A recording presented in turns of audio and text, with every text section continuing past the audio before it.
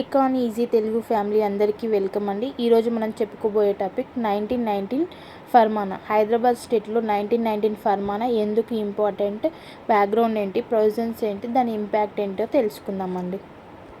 1919 ఫర్మాని issue చేసింది మీర్ ఉస్మాన్ అలీ ఖాన్ అండి. ఇది ఒక రాయల్ ఆర్డర్ లాంటిది. అంటే నిజాం డైరెక్ట్గా ఒక డిసిజన్ని ఇచ్చినట్టు ఫర్మానా ఇస్తారండి. అదొక డిసిజన్ మేకింగ్ అనమాట. దీని యొక్క మెయిన్ ఏంటంటే అడ్మినిస్ట్రేషన్ని ఇంప్రూవ్ చేయాలి, కానీ పవర్ మాత్రం ఎవరి చేతిలో ఉండాలి, నిజాం అండర్లో ఉండాలి. 1919 ఫర్మానా ఎవరు ఇచ్చారు? మీర్ ఉస్మాన్ అలీ ఖాన్ ఇచ్చారు. ఇదొక రాయల్ ప్రొక్లమేషన్, ఇదొక అఫీషియల్ ఆర్డర్. దీని యొక్క ఏంటిది? అడ్మినిస్ట్రేషన్ని ఇంప్రూవ్ చేయాలి, కానీ కొన్ని రిఫార్మ్స్ని ఇంట్రడ్యూస్ చేయాలి. అండర్ పొలిటికల్ ప్రెజర్ మాత్రమే ఉండాలి. ఆటోక్రాటిక్ రూల్ మాత్రం ఎవరి చేతిలో ఉంటుంది? నిజాం చేతుల్లోనే ఉంటుంది. అంటే నిజామే కంట్రోల్ చేస్తారని చెప్తున్నారు. నెక్స్ట్ మనం తెలుసుకోవాల్సింది ఏంటంటే వాట్ ఈస్ ఫర్మానా. ఫర్మానా అంటే ఏంటి? ఫర్మానా మీన్స్ నిజాం ఇచ్చిన అఫీషియల్ ఆర్డర్. అంటే ఫర్మానా means an official order or proclamation issued by the Nizam. Public discussion లేకుండా డైరెక్ట్గా ఇంప్లిమెంట్ చేస్తారు.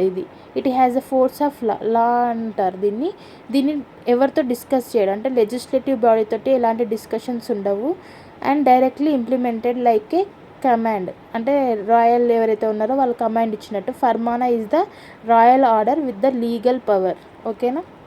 అసలు 1919లో అసలు ఏం జరిగిందంటే British government introduced Montagu Chelmsford reforms అండి. ఈ రిఫార్మ్స్ అనేవి వచ్చాయి. ఇండియన్స్కి కొంచెం పొలిటికల్ పార్టిసిపేషన్ ఇచ్చారు ఈ రిఫార్మ్స్ ద్వారా. అంటే government of Indian act 1919 was passed. అంటే డయార్కీ అనేది ఇచ్చారు. It introduced limited self government, అంటే లిమిటెడ్గా ఇచ్చాడు బ్రిటిష్ ఇండియాలో. ఇండియన్ పార్టిసిపేషన్ ఇన్ అడ్మినిస్ట్రేషన్, అంటే ఇండియన్స్ అడ్మినిస్ట్రేషన్లో పార్టిసిపేట్ చేయొచ్చు అని ఈ రిఫార్మ్స్లో ఉన్నది. ఈ చేంజ్ కూడా ఎవరికి ఇన్ఫ్లుయెన్స్ అయింది? ప్రిన్స్లీ స్టేట్ అయిన హైదరాబాద్ స్టేట్కి ఇన్ఫ్లుయెన్స్ అయింది. ఈ చేంజ్ హైదరాబాద్ మీద కూడా ప్రెజర్ క్రియేట్ చేసింది. అలా రిఫార్మ్స్ బట్టి మనకి ఫర్మానా అనేది వచ్చిందండి. సో హైదరాబాద్లో ఎడ్యుకేటెడ్ పీపుల్ ఎవరైతే ఉన్నారో వాళ్ళు రిఫార్మ్స్ని డిమాండ్ చేశారు.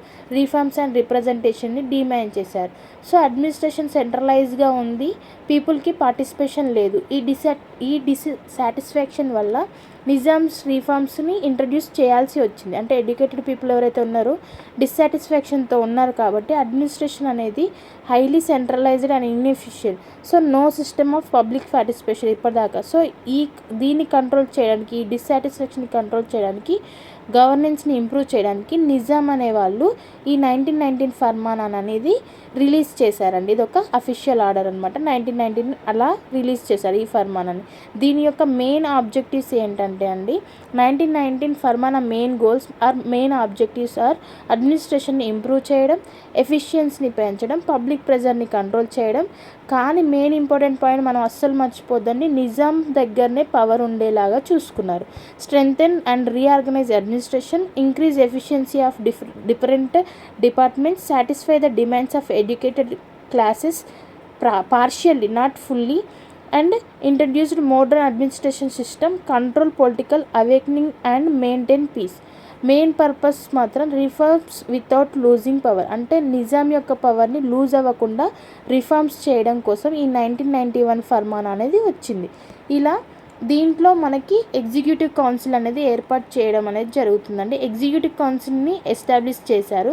ఇది నిజాంకి హెల్ప్ చేయడానికి అడ్వైజరీ బాడీ లాగా పనిచేస్తుంది. మెంబర్స్ని నిజామే అపాయింట్ చేస్తారు. రియల్ పవర్ మాత్రం నిజాం దగ్గర ఉంటుంది. ఇది మాత్రం పక్కా అన్నిట్లో ఉంటుందండి. రియల్ పవర్ మాత్రం నిజాం దగ్గర ఉంటుంది. ఎగ్జిక్యూటివ్ కౌన్సిల్ని ఎస్టాబ్లిష్ చేశాడు ఎందుకంటే to assist the Nizam. It acted as a advisory body. దీని యొక్క మెయిన్ ఫీచర్స్ అండి, members were appointed by the Nizams. They helped in the forming policies in the administration. No real power to them. Real authority remained with the Nizam. Next administration changes కూడా చేశారండి. Administration changes ఏం చేశారంటే డిపార్ట్మెంట్స్ని organise చేశారు. Like revenue, police, judiciary, education. ఎందుకు ఇవన్నీ reform చేశారంటే better కోఆర్డినేషన్కి and efficiency ఇవ్వడానికి ఈ అడ్మినిస్ట్రేషన్ చేంజెస్ అనేవి జరిగినాయి. ద ఫర్మానా introduced various administrative reforms like revenue department, police department, judicial department, education department and public works department and other departments అనేవి ఈయన క్రియేట్ చేశారు. ఎందుకంటే బెటర్ కోఆర్డినేషన్ అండ్ ఎఫిషియన్సీ కోసం. జ్యుడిషియల్ రిఫార్మ్స్ అండి. ఈ జ్యుడిషియల్ రిఫార్మ్స్లో కోర్ట్ సిస్టమ్ని ఇంప్రూవ్ చేశారు, రూల్ని ఫాలో అవ్వడం స్టార్ట్ చేశారు. కానీ ఫైనల్ అథారిటీ స్టిల్ నిజాం చేతిలో ఉంది. Judicial system was improved, courts were reorganized, rule of law procedures were strengthened, justice delivery became better to some extent. However, final authority in judicial matters were remained with Nizams. అంటే judicial system improve అయినా, courts reorganise అయినా, rule of law procedures strengthen అయినా కూడా, justice delivery became some extent good అయినా కూడా final authority ఎవరి చేతిలో ఉంటుందండి? నిజాం అండర్లోనే ఉంటుంది. అంటే ఫైనల్ అథారిటీ కంపల్సరీ ఎవరి చేతిలో ఉంటుంది? నిజాం అండర్లో ఉంటుంది. ఇలా జ్యుడిషియల్ రిఫార్మ్స్ అనేవి చేశారండి. నెక్స్ట్ మనకి జ్యుడిషియల్ రిఫార్మ్స్తో పాటు మనకి ఫైనాన్షియల్ రిఫార్మ్స్ కూడా వచ్చాయండి. ఫైనాన్షియల్ రిఫార్మ్స్లో మనకి బడ్జెట్ సిస్టమ్ని స్ట్రెంథెన్ చేశారండి. నెక్స్ట్ ఎక్స్పెండిచర్ని కంట్రోల్ చేశారు. ఎందుకు ఇలా కంట్రోల్ చేశారంటే ఫైనాన్షియల్ డిసిప్లిన్ని ఇంప్రూవ్ చేయడానికి. Financial administration was improved, budget system was strengthened, expenditure was brought under control, proper accounts and audit సిస్టమ్ని ఎంకరేజ్ చేశారు. ఫైనాన్షియల్ సిస్టమ్ అడ్మినిస్ట్రేషన్ ఇంప్రూవ్ అయింది, బడ్జెట్ సిస్టమ్ని స్ట్రెంథెన్ చేశారు, ఎక్స్పెండిచర్ అండర్ కంట్రోల్లో పెట్టుకున్నారు. నెక్స్ట్ అకౌంట్స్ని, ఆడిట్ సిస్టమ్ని ఎంకరేజ్ చేశారు, ప్రాపర్ అకౌంట్స్ని, ఆడిట్ సిస్టమ్ని ఎంకరేజ్ చేశారు. దీని యొక్క మెయిన్ ఉద్దేశం, ఫినాన్షియల్ రిఫార్మ్స్ యొక్క మెయిన్ ఏమేంటండి? Financial discipline and transparency to the people. Next వచ్చేసి మనకి లెజిస్లేటివ్ ఆస్పెక్ట్ అండి. కొన్ని అడ్వైజరీ బాడీస్ని క్రియేట్ చేశారు, కానీ no elections, no legislature, no representation. అంటే కొన్ని కన్సల్టేటివ్ బాడీస్, అడ్వైజరీ కమిటీస్ని ఇంట్రడ్యూస్ చేశారు. ఈ బాడీస్ ఏం చేస్తుందంటే discuss the matters and give the suggestions. Discuss చేసి సజెషన్స్ ఇస్తుంది, కానీ నో ఎలక్టెడ్ లెజిస్లేచర్ ఉండదు.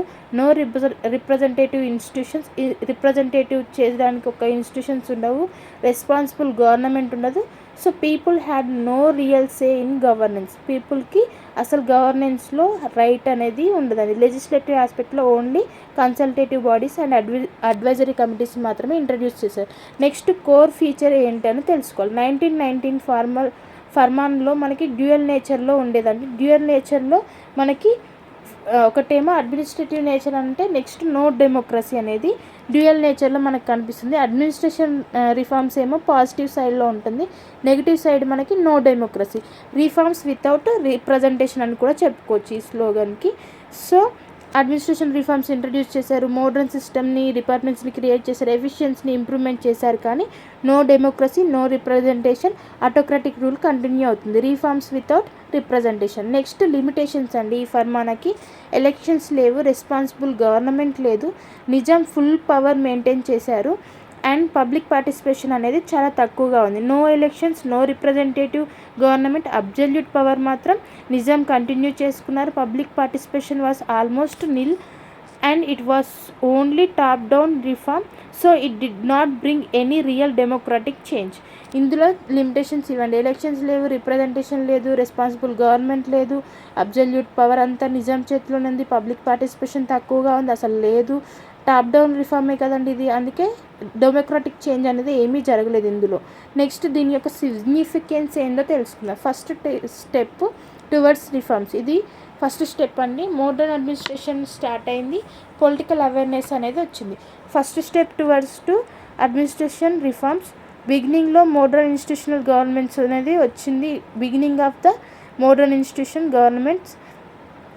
governance and showed influence of political changes in British India, helped in creating awareness among people for more reforms in future. It was the foundation for further changes అండి. ఇది ఒక first step లాగా ఉంది. Beginning of institutional governance, influence of political changes, ఇలా మనకి significance ఉందండి. Comparison చూసుకుంటే British ఇండియాలో పార్టిసిపేషన్ ఉంది అండ్ హైదరాబాద్లో పార్టిసిపేషన్ లేదు. కంప్లీట్ డిఫరెన్స్ అనేది క్లియర్గా కనిపిస్తుంది. బ్రిటిష్ ఇండియాలో 1919 గవర్నమెంట్ ఆఫ్ ఇండియన్ యాక్ట్ చూసుకుంటే డయార్క్ని ఇంట్రడ్యూస్ చేశారు, పార్టిసిపేషన్ని ఇంక్రీజ్ చేశారు, లెజిస్లేటివ్ కౌన్సిల్స్ని పెట్టారు, నెక్స్ట్ లిమిటెడ్ సెల్ఫ్ గవర్నమెంట్ అనేది ఇచ్చారు. కానీ ఇక్కడ హైదరాబాద్కి టోటల్లీ డిఫరెంట్ అండి. No dyarchy, no Indian participation, no elected bodies, no self government, autocratic rule అనేది కంటిన్యూ అయింది. కంపారిజన్లో చూస్తే బ్రిటిష్ ఇండియాలో పార్టిసిపేషన్ ఉంది, హైదరాబాద్లో పార్టిసిపేషన్ అనేది లేదు. ఎవరిది? పీపుల్ది పార్టిసిపేషన్ లేదు. క్లియర్గా British Indian government of Indian యాక్ట్కి అండ్ హైదరాబాద్ స్టేట్ ఫర్మానాకి చాలా డిఫరెంట్ అనేది ఉందండి. నెక్స్ట్ మనం 1991 ఫర్మానాలో అడ్మినిస్ట్రేషన్ ఇంప్రూవ్ చేసింది కానీ డెమోక్రసీని ఇంట్రడ్యూస్ చేయలేదు. ఆటోక్రాటిక్ రూల్ అనేది కంటిన్యూ అయింది. 1919 ఫర్మానా అనేది ఒక ఇంపార్టెంట్ స్టెప్పే కావచ్చు అడ్మినిస్ట్రేషన్ రిఫార్మ్స్కి. కానీ ఇది ఏమంటారు, ఎందుకు జరిగింది? పొలిటికల్ చేంజెస్ ఇన్ బ్రిటిష్ ఇండియాలో జరిగింది కాబట్టి ఇక్కడ కూడా జరిగింది. కానీ ఇది ఒక ఫెయిల్ అయిపోయిందండి. ఈ ఫర్మాన్ అది ఫెయిల్ అయిపోయింది. ఎందుకు? డెమోక్రటిక్ గవర్నెన్స్ అనేది ఎస్టాబ్లిష్ చేయడంలో ఫెయిల్ అయిపోయింది. ఆటోక్రాటిక్ అనేది ఖచ్చితంగా కంట్రోల్ ఎవరి చేతిలో ఉందండి? నిజాం చేతిలో ఉంది. కాబట్టి మనకి రిఫార్మ్స్ వచ్చాయి కానీ పవర్ మాత్రం మారలేదు. అదే 1919 ఫర్మానా స్టోరీ అండి. మీకు ఈ ఫర్మానాలో ఇంకేమైనా డౌట్స్ ఉంటే డూ కామెంట్ అండి. Thank you for watching this video అండి. Do like, share and subscribe to our channel. And next మనం చెప్పుకోబోయే topic Mulki movement and origin in Hyderabad అండి. అసలు ముల్కీ అంటే ఎవరు మీకు తెలుసా? నాన్ ముల్కీ అంటే ఎవరు? గైర్ ముల్కీ అంటే ఏంటి? మీకు ఎవరికైనా తెలిస్తే కామెంట్ చేయండి. నెక్స్ట్ టాపిక్ మనం ముల్కీ మూమెంట్తో కలుసుకుందాం అండి. హైదరాబాద్ స్టేట్లో ముల్కీ మూమెంట్ ఎలా ఉందని కలుసుకుందాం. అంటిల్ దెన్ బాయ్ అండి.